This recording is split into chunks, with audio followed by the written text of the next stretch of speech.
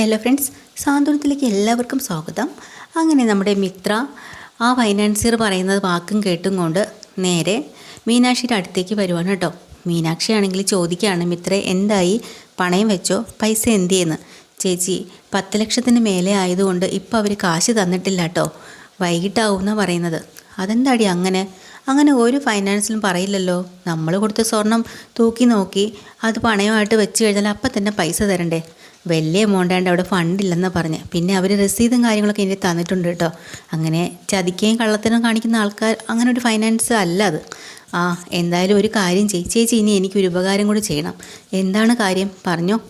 പിന്നെ ആരിനെ ഒന്ന് വിളിച്ചിട്ട് പറയണം, അന്ന് ഇതുപോലെ 10 ലക്ഷം രൂപ എടുത്ത് തരാമെന്ന് പറഞ്ഞിരുന്നില്ലേ, അപ്പോൾ അതിപ്പോൾ ഞാൻ നിനക്ക് തരാം, ഞാൻ PF നിന്ന് ലോൺ എടുത്തിട്ടുണ്ട്, വൈകിട്ട് തന്നെ ഞാൻ വരുമ്പോൾ കൊണ്ടുവരും എന്നൊരു കാര്യം പറയണം. അല്ലെങ്കിൽ ആരിനത് വിശ്വസിക്കില്ലല്ലോ.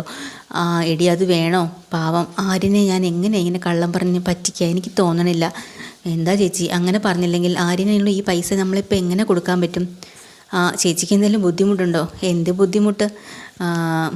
എല്ലാ ഒരു ഉപകാരമല്ലേ, ഞാൻ ചെയ്തോളാം എന്നും പറഞ്ഞിട്ട് മീനാക്ഷി ആര്യനെ വിളിക്കാം കേട്ടോ. എന്താ എടുത്തി? ആര്യ, ഞാൻ നിന്നോടൊരു കാര്യം പറയാൻ വേണ്ടി വിളിച്ചതാട്ടോ.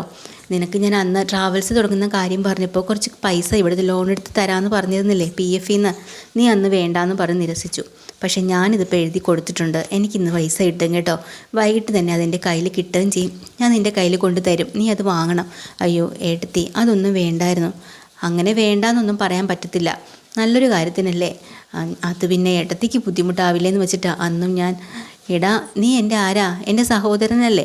അപ്പോൾ സഹോദരനെ സഹായിക്കേണ്ടതൊരു സഹോദരിയുടെ കടമയായിട്ടങ്ങ് കണക്കാക്കിയാൽ മതി. പിന്നെന്താ, അതിനിപ്പോൾ എന്താ, ഇവിടെ വേർതിരിവൊന്നുമില്ല. ഞാൻ കൊണ്ട് തരും, നീ അത് വാങ്ങിച്ചേ പറ്റുള്ളൂ. എത്രയും വേഗം നീ അതിനുള്ള തയ്യാറെടുപ്പുകൾ തുടങ്ങിക്കോ. ചേച്ചി, എനിക്ക് സന്തോഷമായി കേട്ടോ. ഇതിനിടയ്ക്ക് മിത്ര സ്പീക്കർ ഫോണിലിടാൻ പറയാണ് ആര്യനെന്ത് പറയണമെന്ന് അറിയാൻ വേണ്ടിയിട്ട്. ആര്യനപ്പോൾ അവിടുന്ന് പറയുന്നുണ്ട്, ഇതുപോലെ എന്നെ സഹായിക്കാൻ ഒരാൾ മുന്നിട്ട് ഇറങ്ങി കേട്ടോ. ആരാണ്? മിത്ര. അത് വേറൊരു വഴി കൂടെയാണ്. അതെന്തായാലും മിത്ര തന്നെ ഏട്ടത്തിയോട് പറഞ്ഞോളും. ശരി എന്നാൽ വെക്കട്ടെ. ശരി എന്നും പറഞ്ഞ് ഫോണും വെക്കാം കേട്ടോ. അപ്പം എന്നാൽ ഇത്രയും വലിയ കള്ളത്തരം വേണമായിരുന്നു മിത്രയോട് ചോദിക്കുക. സാരമില്ല, വൈകിട്ട് പൈസ കിട്ടുമല്ലോ, ചേച്ചി തന്നതായിട്ടും കൊടുത്താൽ മതി. ഞാൻ കൊടുത്തു കഴിഞ്ഞാൽ വാങ്ങത്തുമില്ല, പിന്നെ ഭയങ്കര ഈഗോ പ്രശ്നമാവും. അറിയാമല്ലോ ആര്യൻ്റെ സ്വഭാവം. ദൈവമേ, ഇതെവിടെ ചെന്ന് അവസാനിക്കുന്നു എനിക്കറിയത്തില്ലടി എന്ന് പറയാം. ഒന്നും പേടിക്കണ്ട. നീ എങ്ങനെ ഇനി വൈകിട്ട് പൈസ വാങ്ങാൻ പോവാ? ഞാനിപ്പോൾ എന്തായാലും നേരെ വീട്ടിലേക്കാണ് പോകുന്നത്. വീട്ടിൽ പോയി ഒന്ന് റെസ്റ്റ് എടുത്തിട്ട് വൈകിട്ട് ട്യൂഷൻ ഉണ്ടെന്ന് പറഞ്ഞ് ഇറങ്ങാം. അപ്പോൾ ആ സമയത്ത് അവിടെ പോയി പൈസയും വാങ്ങിച്ച് ചേച്ചിയുടെ കയ്യിൽ കൊണ്ടുതരാം. അതുപോലെ എന്നാൽ അങ്ങനെ ആയിക്കോട്ടെ. ഇതിനിടയ്ക്ക് ആര്യനെന്താ ചെയ്യുകയെന്ന് വെച്ചാലേ, ട്രാവൽസ് തുടങ്ങാൻ വേണ്ടിയിട്ട് പല കാര്യങ്ങളും ആൾക്കാരോടൊക്കെ പറഞ്ഞിരുന്നല്ലോ, അവരോടൊക്കെ അങ്ങ് വിളിച്ച് പറഞ്ഞു കേട്ടോ. ഓരോ കാര്യങ്ങളും ട്രാവൽസ് തുടങ്ങാൻ വേണ്ടിയിട്ടുള്ള ഒരു ഓഫീസിന് വേണ്ടിയിട്ടുള്ള റൂമും അതിൻ്റെ അഡ്വാൻസും കാര്യങ്ങളും ഒക്കെ പെട്ടെന്ന് എന്നെ വിളിച്ച് നാളെ തന്നെ പൈസ അഡ്വാൻസായിട്ട് കൊണ്ടുതരാമെന്നൊക്കെ പറഞ്ഞ് സെറ്റാക്കുകയും ചെയ്തിട്ടുണ്ട്. എന്നിട്ട് നേരെ വീട്ടിലേക്ക് സന്തോഷം കൊണ്ട് വരുവാണ്. ഗോമതി എടുത്ത് കാര്യങ്ങളൊക്കെ പറയുന്നുണ്ട്. അമ്മേ, ഒരു സന്തോഷ വാർത്തയുണ്ട്. ഞാൻ ട്രാവൽസ് തുടങ്ങണമെന്ന് പറഞ്ഞില്ലേ, അതിന് നമുക്ക് പൈസ ഇല്ലാഞ്ഞിട്ടാണല്ലോ. അപ്പോൾ അതുകൊണ്ട് ഇപ്പോൾ അപ്പം തന്നെ ഗോമതി പറയുന്നുണ്ട്, ആര്യ, എന്തായാലും അവൾ നിനക്ക് പൈസ തരാൻ സമ്മതിച്ചില്ലേ? അതേ അമ്മേ, ഞാൻ പ്രതീക്ഷിച്ചത് പോലില്ല. എന്നിട്ടും പൈസ കൊണ്ട് തരാമെന്ന് ഉറപ്പായിട്ട് പറഞ്ഞിട്ടുണ്ട്. PF നിന്ന് എടുക്കുന്നതാണേ. എന്നാലും ഇവിടെ ഏട്ടത്തിൽ പോയ ഒരാളെ കിട്ടി, നമ്മുടെ ഭാഗ്യമാണ് അമ്മ എന്ന് പറയാം. അപ്പോൾ ഗോമതിയും പറയുന്നുണ്ട്, അത് ശരിയാടാ, അവളെപ്പോലൊരു മരുമകളെ കിട്ടിയത് നമ്മുടെ ഭാഗ്യം തന്നെയാണ്. അവളെ പോരാഞ്ഞിട്ട് ഇപ്പോൾ ഈ വീട്ടിൽ ആദ്യമായിട്ട് കയറി വന്നില്ലേ ആകാശിൻ്റെ ഭാര്യയായിട്ട്, അന്ന് മുതലേ എനിക്ക് തോന്നിയതാണ് അവൾ നല്ലൊരു പെണ്ണ് തന്നെയാണെന്ന്. എന്നാലും നമ്മളെ സഹായിക്കാനൊക്കെ ഉള്ള മനസ്സ് അവൾക്ക് ഉണ്ടായല്ലോ അല്ലേ. പിന്നെ അപ്പോൾ ഇതെല്ലാം കേട്ടുകൊണ്ട് മിത്ര അവിടെ ഇരിപ്പുണ്ട് കേട്ടോ. മിത്ര നേരെ വീട്ടിലെത്തിയിട്ടുണ്ടല്ലോ. മിത്രയാണെങ്കിൽ കേട്ടോണ്ടിരിക്കുകയാണ് നമ്മുടെ മീനാക്ഷിയെ പൊക്കി അങ്ങ് പറയണത്. അപ്പോൾ എന്നിട്ട് പറയാം, അമ്മയുടെ ഈ ഇരിക്കുന്ന മരുമോളും മോശമൊന്നുമല്ല, എന്നെ സഹായിക്കാനായിട്ട് കുറേ നോക്കിയതാണ് കേട്ടോ. അപ്പം മിത്രയാണെങ്കിൽ വല്ലാതെ അങ്ങ് ചിരിക്കുകയാണ്. കാരണം സ്വർണം പണയം വെച്ചിട്ടാണ് ഈ കൊടുക്കുന്നതെന്നുള്ള ആര്യൻ അറിയില്ലല്ലോ. അത് കഴിഞ്ഞിട്ട് പെട്ടെന്ന് ഗോമതി പറയാം, ഇത്രയും പൈസയൊക്കെ അവിടെ നിന്ന് എടുത്തും കൊണ്ട് അവൾ ഒറ്റയ്ക്ക് വരുന്നത് സേഫല്ല ആര്യ. നീ ഒരു കാര്യം ചെയ്യും, അവളെ വിളിച്ചുകൊണ്ട് വാ. പെട്ടെന്ന് തന്നെ പൈസയ്ക്ക് പോകണമല്ലോ എന്നുള്ള ഓർമ്മ കൊണ്ട് മിത്ര പറയാം, ആര്യ ഞാൻ പോവാ. എവിടെ പോകണോ? എനിക്ക് ട്യൂഷൻ എടുക്കാണ്, ഞാൻ പോയിട്ട് ഓടി വരാം. എന്നാൽ ഒരു കാര്യം ചെയ്യും, നീ ഇവളെ അങ്ങോട്ട് കൊണ്ടുവിട്. അത് കഴിഞ്ഞ് തിരിച്ചു വരുന്ന വഴിക്ക് മീനാക്ഷിയും കൂട്ടി നീ ഇങ്ങോട്ട് വാ, അതാകുമ്പോഴത്തേക്ക് രണ്ടുപേരെയും സേഫായിട്ട് എത്തിക്കാമല്ലോ എന്ന് ഗോമതി പറയാട്ടോ. പെട്ടെന്ന് എന്ത് പറ്റുന്നതെന്ന് വെച്ചാലേ നമ്മുടെ മിത്ര പറയുന്നുണ്ട്, അത് വേണ്ട ഞാൻ ഒറ്റയ്ക്ക് പൊക്കോളാം എന്നൊക്കെ പറഞ്ഞ് അവരിങ്ങനെ സംസാരിച്ചുകൊണ്ട് നിൽക്കുകയാണ് അവിടെ. ആ സമയത്ത് കൃഷ്ണമംഗലത്ത് അയ്യോ വെടികൊണ്ട പരുന്തിനെ പോലെ വെപ്രാളം പിടിച്ച് നമ്മുടെ അച്യുതൻ അവിടെ വീട്ടിലെത്തിയിട്ടുണ്ട്. അമ്മേ ഏട്ടാ അലോകേ ഓടിവാടാ, എല്ലാവരും ഓടിവാ, എനിക്ക് എല്ലാവരോടും ഒരു കാര്യം പറഞ്ഞിട്ട് രാജശ്രീ ഇറങ്ങി വാടിയെന്ന്. അങ്ങനെ എല്ലാവരും കൂടെ ഓടി വരുവാട്ടോ. എന്താണ് ഇവിടെ കിടന്ന് ഈ ബഹളം, നീ എന്തിനാ ഇങ്ങനെ കിടന്ന് അലയ്ക്കുന്നത്? അമ്മേരെ മോനിന്ന് ഭയങ്കര നല്ല ദിവസമാണ് അമ്മേ. എന്താടാ അച്യുത കാര്യം പറ. ഇന്ന് എന്ത് തോന്നിയാണാവോ എനിക്ക് ആ ഫൈനാൻസിലേക്ക് ഇന്ന് പോവാൻ, അതുകൊണ്ടാണല്ലോ ഞാൻ ചില കാര്യങ്ങൾ അറിഞ്ഞതും. കാര്യം പറ അമ്മേ. അമ്മയുടെ അപ്പുറത്തെ പുന്നാര അപ്പുറത്തെ മരുമകനുണ്ടല്ലോ ബാലൻ, അവനൊക്കെ കള്ളനാണെന്ന് ഞാൻ ആദ്യമേ പറഞ്ഞപ്പോൾ നിങ്ങൾ ആരെങ്കിലും വിശ്വസിച്ചോ?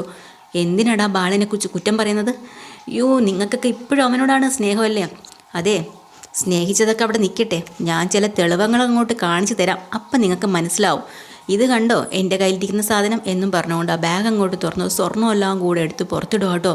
എന്നിട്ട് നന്ദിതയോട് ചോദിക്കുന്നുണ്ട്, ഇത്രയും സ്വർണം എടുത്ത് എവിടെയെങ്കിലും കണ്ടിട്ടുണ്ടോ? ഒന്ന് നോക്കിക്കേ ഈ സ്വർണ്ണമൊക്കെ ഏതാണെന്ന്. അങ്ങനെ നന്ദിത അതൊക്കെ എടുത്ത് നോക്കുമ്പോൾ ദൈവമേ, അന്ന് മിത്രയ്ക്ക് കല്യാണത്തിന് വേണ്ടി ഇവർ പ്രത്യേകം മുല്ലമുട്ടുമാലയും അങ്ങനെയുള്ള പല പല ഫാഷൻസും ഉണ്ടാക്കിച്ചതാണല്ലോ. അവരോരോന്നായിട്ട് പറയാൻ തുടങ്ങി, അതല്ലേ? അത് തന്നെയാ പറഞ്ഞത്. അല്ല, ഇത് അന്ന് അവരുടെ കയ്യിൽ നിന്ന് ആരോ മോഷ്ടിച്ചുകൊണ്ട് പോയി എന്നൊക്കെയാണല്ലോ അന്ന് അറിഞ്ഞത്. അങ്ങനെയൊന്നും മോഷ്ടിച്ചോണ്ട് പോയില്ല, ഇതാ ബാലൻ തന്നെയാണ് അവിടെ ഒളിപ്പിച്ച് വെച്ചത്. ഇന്നാണ് എനിക്കതിൻ്റെ തെളിവ് കിട്ടിയത്. അപ്പോൾ അമ്മ പറഞ്ഞു, എടാ ബാലനെ നീ കള്ളനാക്കരുത്, അങ്ങനെ ഒരിക്കലും ചെയ്യില്ല. ധർമ്മനും പറയുന്നുണ്ട്, ഏട്ടാ കാര്യമൊക്കെ ശരി തന്നെ, പക്ഷെ അളിയൻ അങ്ങനെയൊന്നും ചെയ്യത്തില്ല.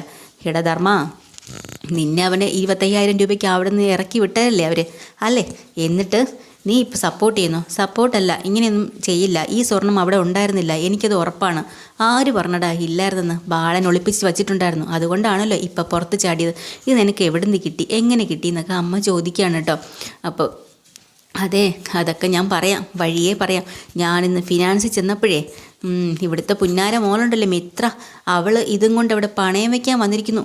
ഞാനത് കണ്ടതുകൊണ്ടും അവളെന്നെ കണ്ടില്ല, പക്ഷേ ആ സമയത്ത് ഞാൻ അവിടെ ഉണ്ടായിരുന്നതുകൊണ്ട് കാര്യങ്ങൾ വ്യക്തമായിട്ട് അറിയാനും പറ്റി കൈയോടെ പിടിച്ച് ഞാൻ ഇവിടെ കൊണ്ടുവന്നിട്ടുണ്ട്. അവൾക്കറിയില്ല പക്ഷേ ഇത്.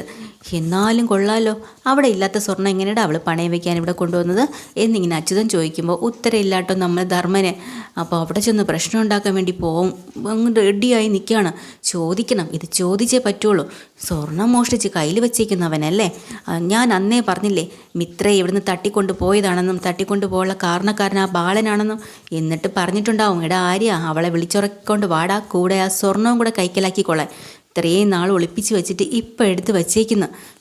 ദൈവമായിട്ടാണ് എനിക്കിത് കാണിച്ചത് എന്നൊക്കെ പറഞ്ഞ് അങ്ങ് തകർക്കുക കേട്ടോ. അപ്പോഴത്തേന് നമ്മൾ അനുമോള് പറയാം, അങ്ങളെ ഇപ്പം ഇനി പ്രശ്നത്തിനൊന്നും പോവല്ലേ, എൻ്റെ അച്ഛൻ ഇങ്ങനെയൊന്നും ചെയ്യില്ല, നിങ്ങൾ വിചാരിക്കും പോലെ അല്ല കാര്യങ്ങൾ. എന്തെങ്കിലും ഉണ്ടെങ്കിൽ ഞാൻ പോയി ചോദിച്ചോളാം. അയ്യോ നീയോ? നിനക്കവിടെ എന്തേലും വിലയുണ്ടോടിയാനോ? നീ അങ്ങോട്ട് നിൻ്റെ അമ്മയടുത്ത് മിണ്ടാൻ പോയപ്പോൾ അവൾ വെള്ളം കോരി നിൻ്റെ തലയിലൊഴിച്ച കാര്യമൊക്കെ ഞാൻ അറിഞ്ഞു. എന്നിട്ടാണ് അവൾ ഇതിനെക്കുറിച്ച് ചോദിക്കാൻ പോയിരിക്കുന്നത്. അപ്പോൾ ഉടനെ തന്നെ നമ്മുടെ സുകന്യ പറയാം, അനു നീ ഒന്നും മിണ്ടാതിരുന്നേ, പാതിരാത്രി എന്നെയും ധർമ്മേട്ടനെയും കൂടെ അവിടെ നിന്ന് ഇറക്കി വിട്ട ടീമുകളാണ്. പിന്നെ നീയേ കൊച്ചാണ്, നിനക്ക് കാര്യങ്ങളൊന്നും അറിയത്തില്ല. വലിയവർ സംസാരിക്കുന്നതിൻ്റെ ഇടയിൽ നീ അങ്ങോട്ട് കയറി ഇടപെടണ്ട, അവർ തീരുമാനിച്ചോളും എന്ന് സുകന്യ അങ്ങ് പറയാം കേട്ടോ.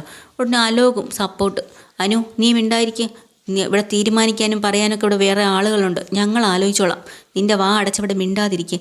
അങ്ങനെ അനുമോൾ വഴക്ക് പറയേണ്ട ആവശ്യമൊന്നുമില്ല, അവളൊരു പാവം കൊച്ചാ, അവൾക്ക് ഇതിനെക്കുറിച്ചൊന്നും അറിയത്തില്ല എന്നും പറഞ്ഞ് അമ്മ അനുമോൾക്ക് സപ്പോർട്ട് ചെയ്യാം കേട്ടോ മുത്തശ്ശി. പക്ഷേ രാജശ്രീ പറഞ്ഞു കൊടുക്കുന്നുണ്ട്, ഇത് ചോദിക്കണം അച്ചുവേട്ടാ, അങ്ങനെ വിട്ടാൽ പറ്റത്തില്ലല്ലോ എന്നും പറഞ്ഞുകൊണ്ട് എല്ലാവരും കൂടോടുകൂടി അപ്പുറത്തേക്ക് പോകട്ടെ. എടാ ബാല ഇറങ്ങി വാടാ ഇങ്ങോട്ടെന്നും പറഞ്ഞുകൊണ്ട് ബഹളം. അങ്ങനെ അകത്തിരുന്ന ആര്യനും നമ്മുടെ ഗോമതിയും ഇത്രയും കൂടെ ചാടി ഓടി പുറത്തു വരും. ഇത് ആരിങ്ങനെ ബഹളം വെക്കുന്നത്? എവിടെയടി നിൻ്റെ ഭർത്താവ് കള്ളൻ ബാലേ? എൻ്റെ ഏട്ടനൊക്കെ ശരി തന്നെ, പക്ഷേ എൻ്റെ ഭർത്താവിനെ കുറിച്ച് വല്ലതും പറഞ്ഞാലുണ്ടല്ലോ എന്ത് ചെയ്യോടി എന്നും പറഞ്ഞുകൊണ്ട് അവർ കേട്ടോ. അങ്ങനെ അങ്ങോട്ടും ഇങ്ങോട്ടും ഉന്തും തള്ളും പ്രശ്നമൊക്കെ ആയിട്ടുണ്ട്. അവസാനം നമ്മുടെ ധർമ്മം വന്ന് വിലക്കിയൊക്കെ നിർത്തുകയാണ്. പക്ഷേ ബാലനെ ഫോണിൽ വിളിച്ച് വരുത്താൻ പറയുക കേട്ടോ നമ്മുടെ അച്യുതൻ. എന്നിട്ട് മിത്രയുടെ അടുത്തേക്ക് ചെന്നിട്ട് പതിയെ പറയാം, എന്തിനാ ഈ ബഹളമൊക്കെ ഞാൻ കാണിച്ചത് നിനക്ക് മനസ്സിലായോടി എന്നും പറഞ്ഞിട്ട് ഈ സ്വർണ്ണം അങ്ങോട്ട് കാണിച്ചു കൊടുക്കാട്ടോ മിത്രയുടെ മുന്നിൽ. അതുകൊണ്ട് ആരെയും ഞെട്ടിത്തെറിച്ച് നിൽക്കാട്ടോ. ഇന്നത്തെ എപ്പിസോഡിൽ ഡീറ്റെയിൽഡ് എപ്പിസോഡുമായിട്ട് വീണ്ടും വരാം. ചാനൽ ഇഷ്ടമായ ലൈക്ക് ചെയ്യുക, ഷെയർ ചെയ്യുക, സബ്സ്ക്രൈബ് ചെയ്യുക. താങ്ക്